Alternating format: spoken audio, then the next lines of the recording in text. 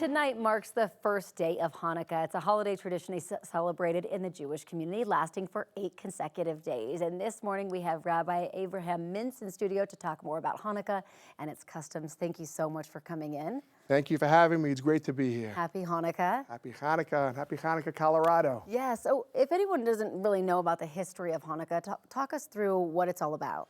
So in a nutshell, we're talking about, the 2nd century BCE, where then there were the Syrian Greeks who tried to conquer Israel and outlawed the practice of all Judaism. Mm-hmm. And it was really to destroy not just the Jewish body, but the Jewish soul.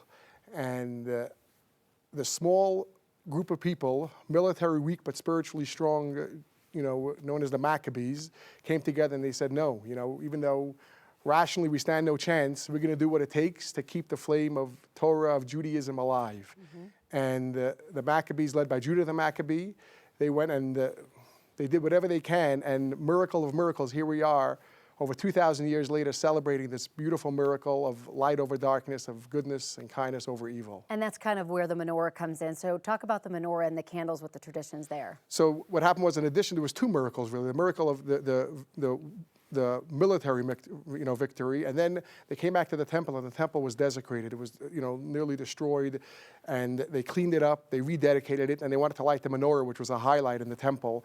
And at that point they light it with special olive oil, and it was a whole process to make new olive oil. They couldn't find any olive oil, the proper pure olive oil used for the menorah.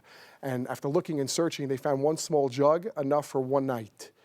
And they figured, what are we going to do? We're stuck. They lit that candle, and the miracle of miracles is the second part of the Hanukkah miracle, is that candle lasted 8 days, enough time for them to make new oil. And that's why we light the menorah every day, remembering that miracle of the oil that continued to burn. So a lot of history here, but also a lot of fun for Hanukkah. I mean, I know the kiddos get very excited because they get a present every single night, which is fun. And on top of it, y'all have some great traditions when it comes to the food. Talk about some of the traditional things that you do as well. So I'll tell you, it's not just the kids who have the fun. It's also, Yes. For me as well, it's really, well, Judaism in general, Hanukkah also comes from the word education, mm-hmm. about educating and, getting the children involved. And so it's with the Hanukkah gelt, which is whether it's the chocolate gelt or $2 bills. The $2 bills you got. That's what I got in Brooklyn growing up. And then just the joy of Hanukkah and what it represents. And then always, obviously, the latkes, the donuts, what those are all about is the oil.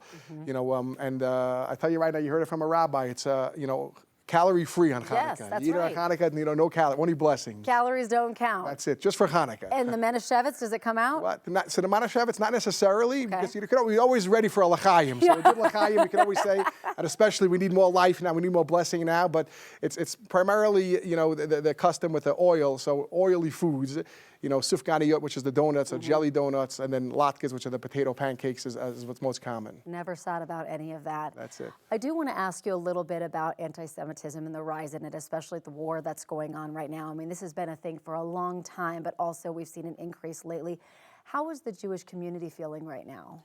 So thank you for asking that. It's interesting because while I've celebrated Hanukkah as long as I can remember, and I know I speak for myself, but I believe for many other Jews as well, is that this is a different kind of Hanukkah. This year, Hanukkah, the message is so much more powerful and so much more relevant than perhaps ever before, at least during our lifetime where the concept of darkness, the world is dark out there, and challenges, and I know, in our community, and we're in touch with many people in our community who have children on college campuses, children in high schools, and just around what's going on in our country and around the world, and it's a devastating, sad time, especially what's going on in Israel with the hostages and all that, and it's, Hanukkah couldn't have come at a better time. Yeah. The message of light over darkness, the message of, I'll say it in Hebrew, it's ma'at ar docha harbe choshech, which means a little bit of light dispels a lot of darkness. And I would say today, we all have to get our Maccabee on. Yeah. We all have to be that Maccabee to to focus on the goodness and the kindness, every person, Jews and non-Jews alike,